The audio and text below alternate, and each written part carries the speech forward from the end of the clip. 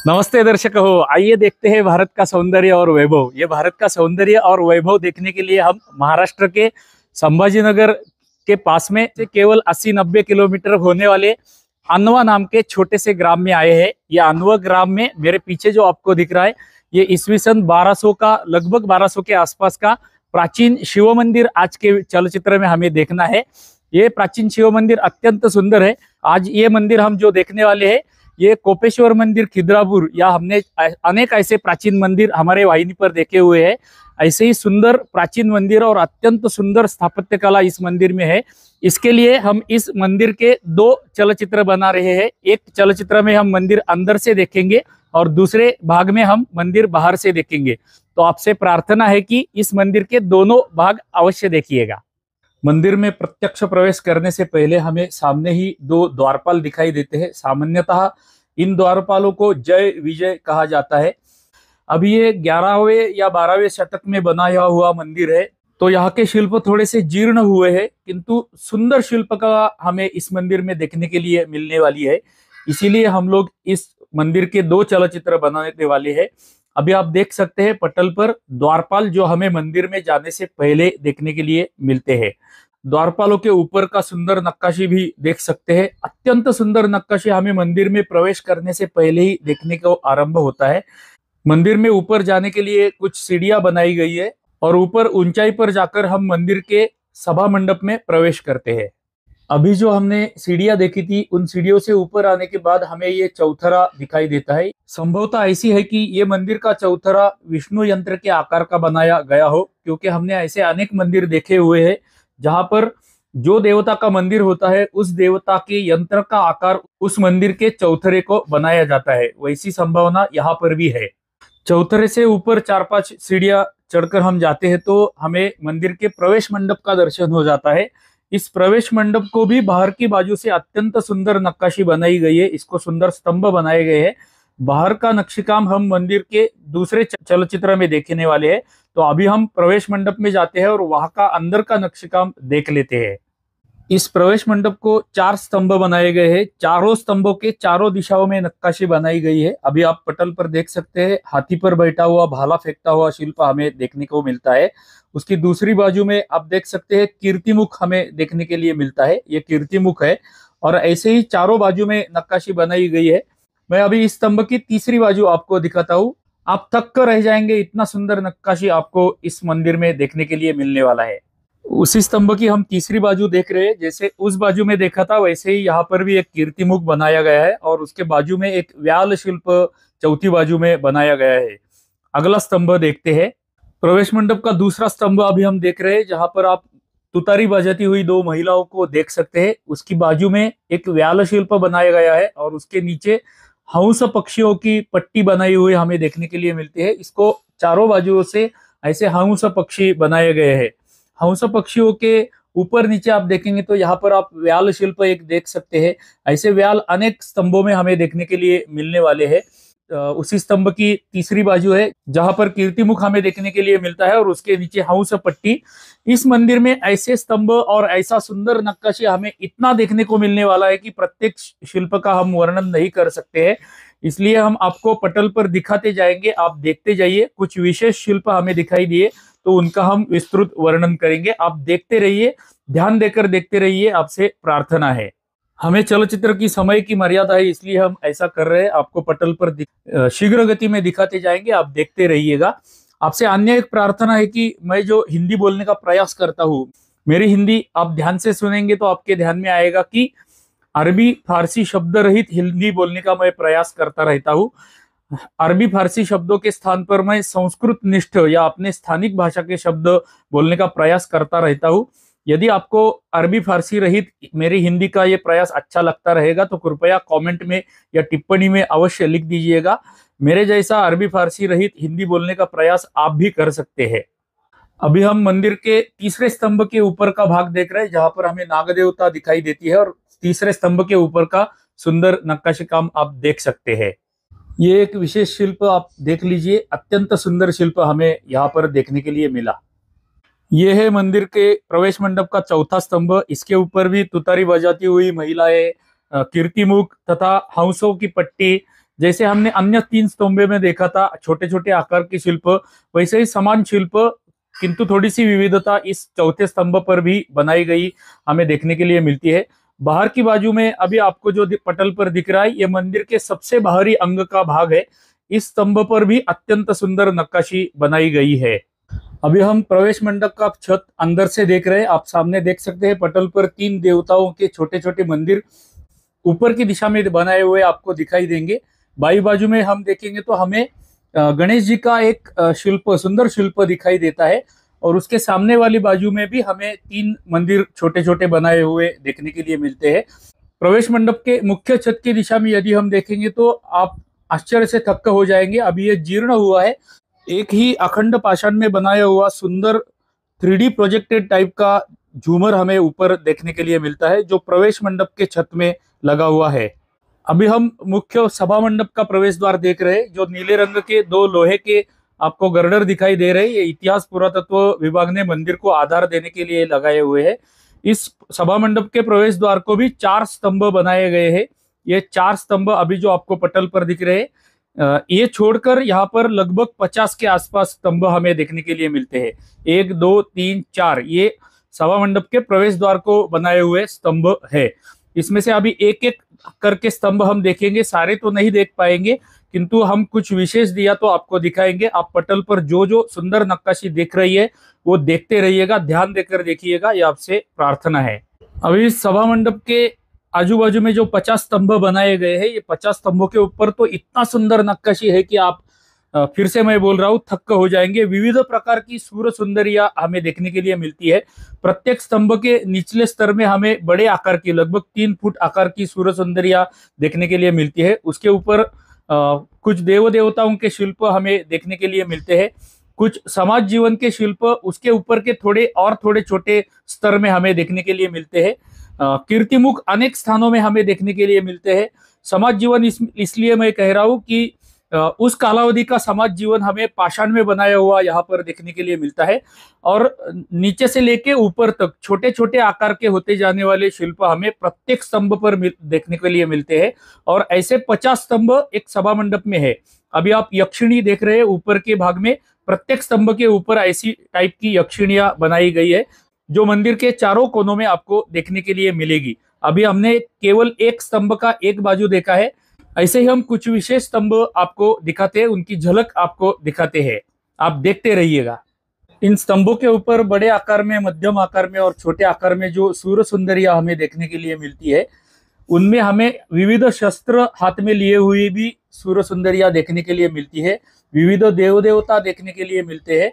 सूर्य सुंदरियां कुछ ऐसी है जिनके हाथों में हमें वाद्य भी देखने के लिए मिलते हैं, और ऐसी यक्षिणियां प्रत्येक स्तंभ के ऊपर हमें देखने के लिए मिलते हैं। ये 22 बाजू का स्तंभ है, जिसमें हमें अनेक कीर्तिमुख बनाए हुए दिखाई देते हैं। ये कीर्तिमुख है, उसके ऊपर हम देखेंगे तो बड़े आकार की हमें नृत्य करती हुई सूर्य सुंदरियां देखने के लिए मिलती है। विविध कला सादर करती हुई सूर्य सुंदरियां उस ऊपर के स्तर में, उसके ऊपर के स्तर में हमें हंस पक्षियों की पट्टी देखने के लिए मिलती है। उसके ऊपर यक्षिणी तथा उसके ऊपर बनाया हुआ गोलाकार। अभी जो हमने 2 स्तंभ देखे थे, बाहर की बाजू से देखे थे, अभी हम उनकी अंदर की बाजू देख रहे हैं। अंदर की बाजू से भी समान पैटर्न का नक्शकाम बनाया गया है या नक्काशी बनाई गई है। पैटर्न समान है, किंतु उसमें विविधता हमें सारे स्तंभों के ऊपर देखने के लिए मिलती है। और फिर से स्मरण दिलाता हूं, ऐसे 50 स्तंभ हमें देखने के लिए मिलते हैं। अभी आप ये शिल्प देख लीजिए, 2 हाथी युद्ध कर रहे हैं, ऐसा सुंदर शिल्प हमें एक स्तंभ पर देखने के लिए मिला। ये व्याल शिल्प आप देख लीजिए, ऐसे विविध प्रकार के व्याल शिल्प हमें विविध स्तंभों के ऊपर देखने के लिए मिलते हैं। युद्ध प्रसंग देखने के लिए मिलते हैं, तथा कुछ समाज कथाएं, पौराणिक कथाएं देखने के लिए मिलती है। सामाजिक जीवन के शिल्प भी हमें देखने के लिए मिलते हैं। विविध देव देवताओं के शिल्प हमें विविध स्तंभों के ऊपर देखने के लिए मिलते हैं। मैं केवल आपको वर्णन करता जाऊंगा, आप पटल पर देखते रहिएगा कि आपको क्या क्या दिख रहा है। अभी आप ये शिल्प कला देख लीजिए, लगभग 3 फुट आकार की कुछ सूर्य सुंदरियां है, कुछ 1 फुट आकार की है, कुछ 6 इंच आकार की है, कुछ उससे भी छोटी है, हंस पक्षी उससे भी छोटे हैं। विविध वाद्य बजाती हुई विविध नृत्य मुद्राओं की सूर्य सुंदरियां, समाज जीवन, देव देवता, कीर्तिमुख, ऐसी अनेक प्रकार की विविधता हमें इन शिल्पों में देखने के लिए मिलती है। ये सुंदर स्तंभ हम अभी जो देख रहे हैं, ऐसे ही अनेक स्तंभ हमें यहाँ पर देखने के लिए मिलते हैं। जैसे मैंने आपको आरंभ में बताया, ये 11वें या 12वें शतक में बना हुआ मंदिर है। जब ये मंदिर बना था तब ये विष्णु मंदिर था, बाद में ये शिव मंदिर में कन्वर्ट किया गया। यहाँ पर आपको नंदी महाराज दिखाई देते रहेंगे, ये बाद में लगाए हुए नंदी महाराज है। और ये नंदी महाराज जिस स्थान पर स्थित है, इस स्थान को रंगशिला कहा जाता है। यदि आप थोड़ा सा दूर से देखेंगे तो ये 21 फुट व्यास की रंगशिला है, जो संपूर्ण गोल बनाई गई है। परमेश्वर के सामने, मंदिर के अंदर जो भी कोई परमेश्वर है, उसके सामने कोई भी कला सादर करने के लिए, जैसे गायन कला हो, वादन कला हो, नृत्य कला हो, ऐसी कोई भी कला सादर करने के लिए ऐसे रंगशिला का प्रयोग उस कालावधि में किया जाता था। ऐसी ये रंगशिला हमने अनेक मंदिरों में आज तक देखी हुई है। वैसी ही रंगशिला, किंतु बहुत बड़ी रंगशिला हमें यहाँ पर देखने के लिए मिली, जो हमें कोपेश्वर मंदिर खिद्रापुर में हमने देखी थी। वैसे ही समान रंगशिला यहाँ पर देखने के लिए मिली। अभी हम मंदिर का सभा मंडप के स्तंभ देख लेते हैं। अभी मैं आपको सभा मंडप का गोलाकार दृश्य दिखा रहा हूँ। जैसा मैंने बोला था, 50 स्तंभ यहाँ पर है। प्रत्येक स्तंभ के ऊपर चारों दिशाओं से नक्काशी बनाई गई है। कुछ स्तंभों के ऊपर तो 8 दिशा से नक्काशी बनाई गई है। प्रत्येक स्तंभ हम आपको दिखा नहीं सकते, क्योंकि ऐसा दिखाने लगे तो यह चलचित्र 5-6 घंटे का हो जाएगा और आप इतना लंबा चलचित्र नहीं देख सकेंगे। इसलिए हम आपको केवल उसकी झलक या हाइलाइट्स दिखाने वाले हैं। यह है सभा मंडप का गोलाकार दृश्य।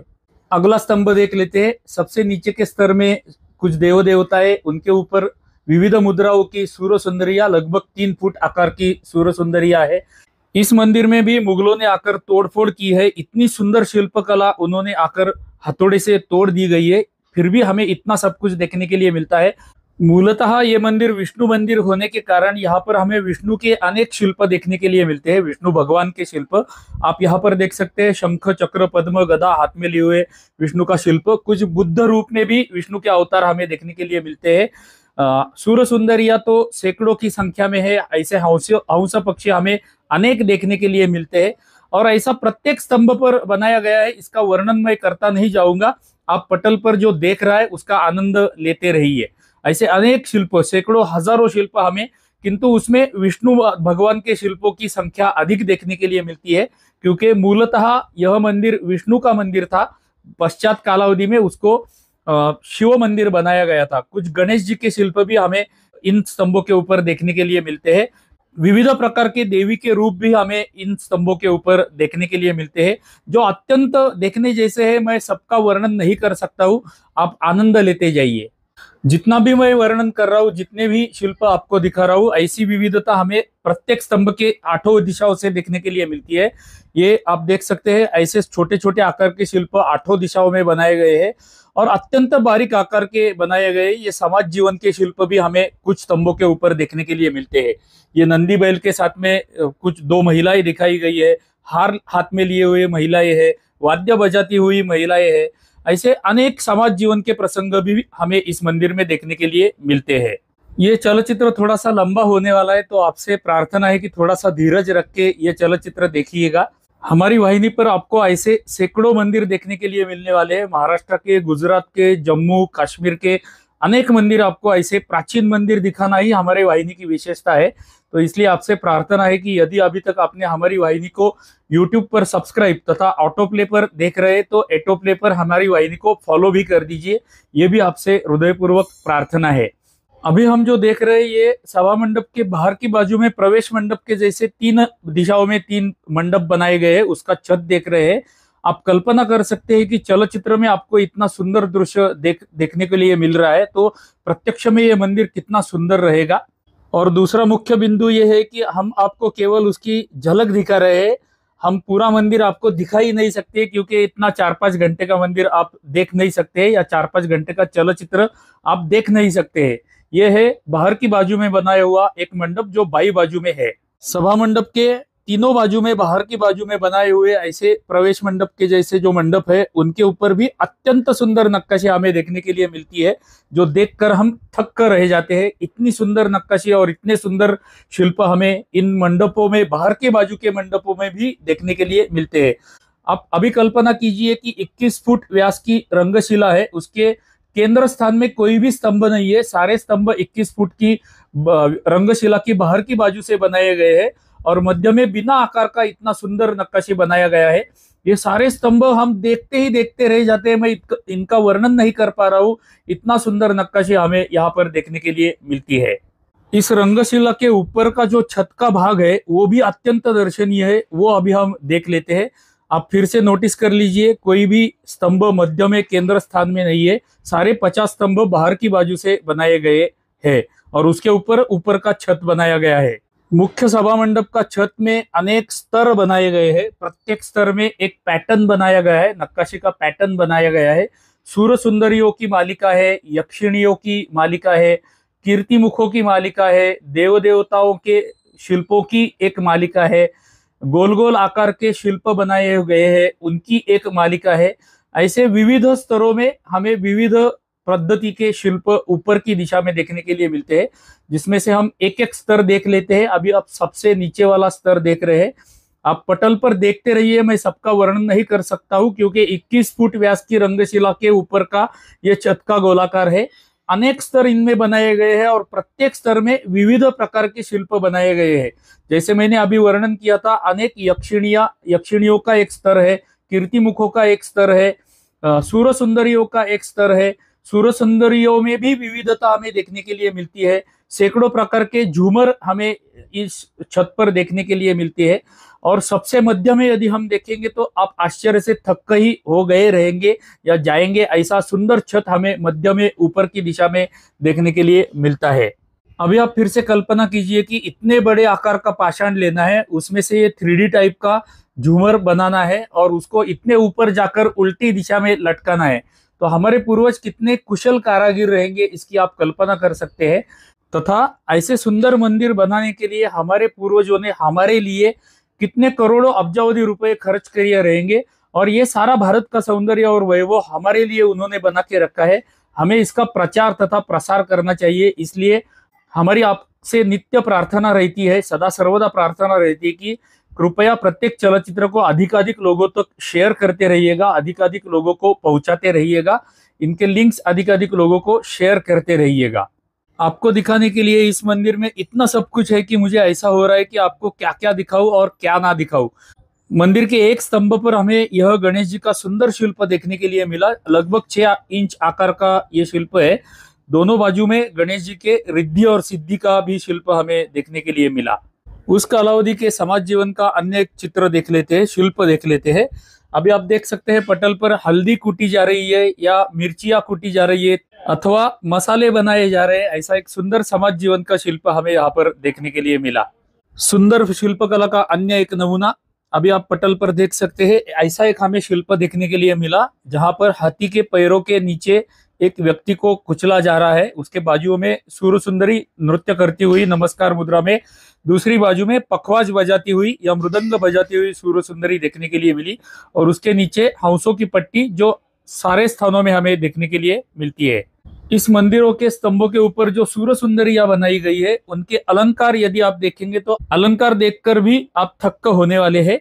इतने सुंदर अलंकार उनके गलों में, कमर में, कान में, मुकुट में तथा उनके चरणों में भी अत्यंत सुंदर आकार के, अत्यंत सुंदर विविधता के अलंकार बनाए हुए हमें प्रत्येक सूर सुंदरी में देखने के लिए मिलते हैं, जिनका वर्णन मैं नहीं कर पा रहा हूं, किंतु आप पटल पर देख सकते हैं कि कितने सुंदर अलंकार इन सूर सुंदरियों में बनाए गए हैं और वो सारे पाषाण में बनाए गए हैं।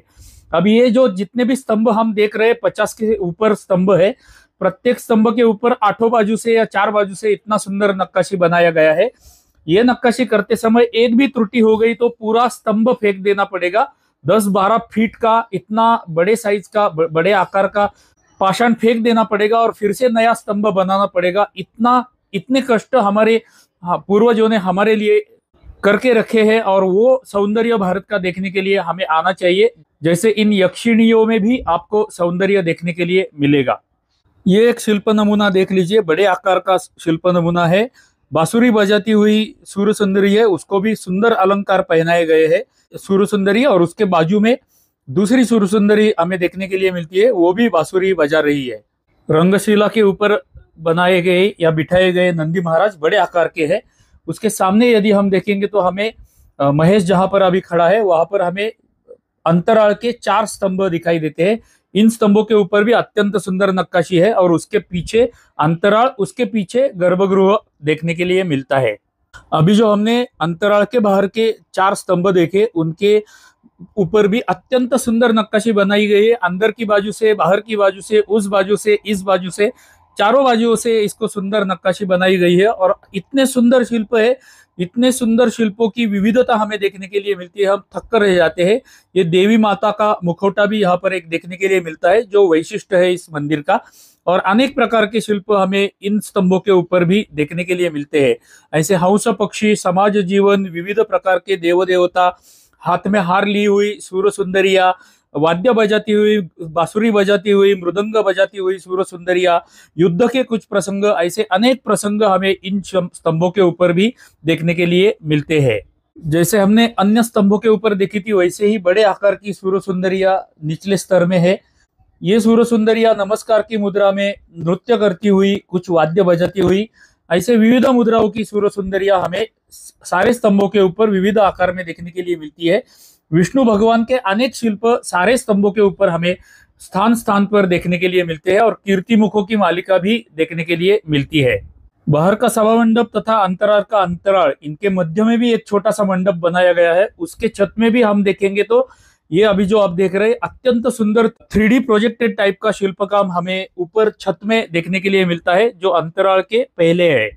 अभी हम अंतराल में आ गए हैं। अंतराल में जैसे ही हम प्रवेश करते हैं, दाहिनी बाजू में हमें प्राचीन कालावधि की एक गणेश जी की मूर्ति का दर्शन हो जाता है। ये है अभी आपके सामने पटल पर दिख रही है गणेश जी की सुंदर मूर्ति।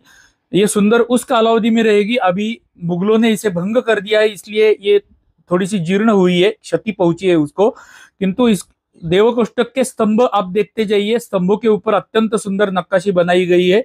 बाई बाजू में अंतराल के स्तंभ है, उनका भी नक्काशी आप देख लीजिए। यहाँ पर आप देखिए हमारे पूर्वजों का कौशल्य ऐसे शिल्प कामों में हमें देखने के लिए मिलता है। सामने का जो पाषाण का भाग होता है वो वैसे के वैसा ही रखा जाता है और उसके पीछे से एक छिद्र बनाया जाता है। और पुराने कालावधि में 1200-1300 वर्ष पहले कोई भी आधुनिक शस्त्रों के या अस्त्रों के बिना ऐसा सुंदर नक्काशी 3D टाइप का बनाया जाता है, तो हमारे पूर्वज कितने कुशल कारागिर थे इसकी कल्पना हमें आ जाती है। इस देवकोष्ठक के ऊपर के भाग में नीचे फेस करके भी सुंदर शिल्प हमें देखने के लिए मिलते हैं। यह है गणेश जी का दाहिनी बाजू का देवकोष्ठक। ऐसा ही सुंदर एक देवकोष्ठक हमें बाई बाजू में भी देखने के लिए मिलता है। ये 2 स्तंभों के ऊपर का छोटे आकार का नक्काशी भी आप देख सकते हैं। गणेश जी को भी सुंदर अलंकार पहनाए गए थे। अब ये सारे जीर्ण हुए या मुगलों ने तोड़ दिए हैं, किंतु सुंदर अलंकार गणेश जी के ऊपर भी हमें देखने के लिए मिलते हैं। चलिए अभी बाई बाजू में जाकर वहां का देवकोष्ठक देख लेते हैं। अभी आप जो देख रहे हैं बाई बाजू का देवकोष्ठक है, अंतराल में बाई बाजू का देवकोष्ठक। इस देवकोष्ठक में अभी कोई मूर्ति नहीं है, देवता की मूर्ति नहीं है, किंतु यहाँ पर भी हमें सुंदर शिल्पकला देखने के लिए मिलती है। अनेक सूर्य सुंदरिया यहाँ के स्तंभों के ऊपर बनाई गई है। लगभग 2 इंच आकार की विविध मुद्राओं की सूर्य सुंदरिया इन स्तंभों के ऊपर हमें देखने के लिए मिलती है, जो अभी आप पटल पर देख रहे हैं। इस देवकोष्ठक के ऊपरी भाग में हाथ में हार लिए हुए सूर्य सुंदरियों का दर्शन हमें हो जाता है। अत्यंत अच्छी अवस्था में ये शिल्प बाई बाजू के हमें देखने के लिए मिलते हैं। और देवकोष्ठक के ऊपर जो छोटा सा मंदिर बनाया गया है और उसको शिखर बनाया गया है, ये भी अत्यंत देखने जैसा है। उसके ऊपर का नक्काशी आप देख सकते हैं, यक्षिणिया। और सबसे मध्य में इस भाग में भी हमें 3D टाइप का अत्यंत सुंदर शिल्प देखने के लिए मिलता है। गर्भगृह में प्रवेश करने से पहले दोनों बाजुओं में हमें 2 सूर्य सुंदरिया देखने के लिए मिलती है। लगभग 3-3.5 फुट आकार की ये सूर्य सुंदरिया है। इन सूर्य सुंदरियों के ऊपर भी अत्यंत सुंदर अलंकार छोटे आकार में बनाए गए हैं।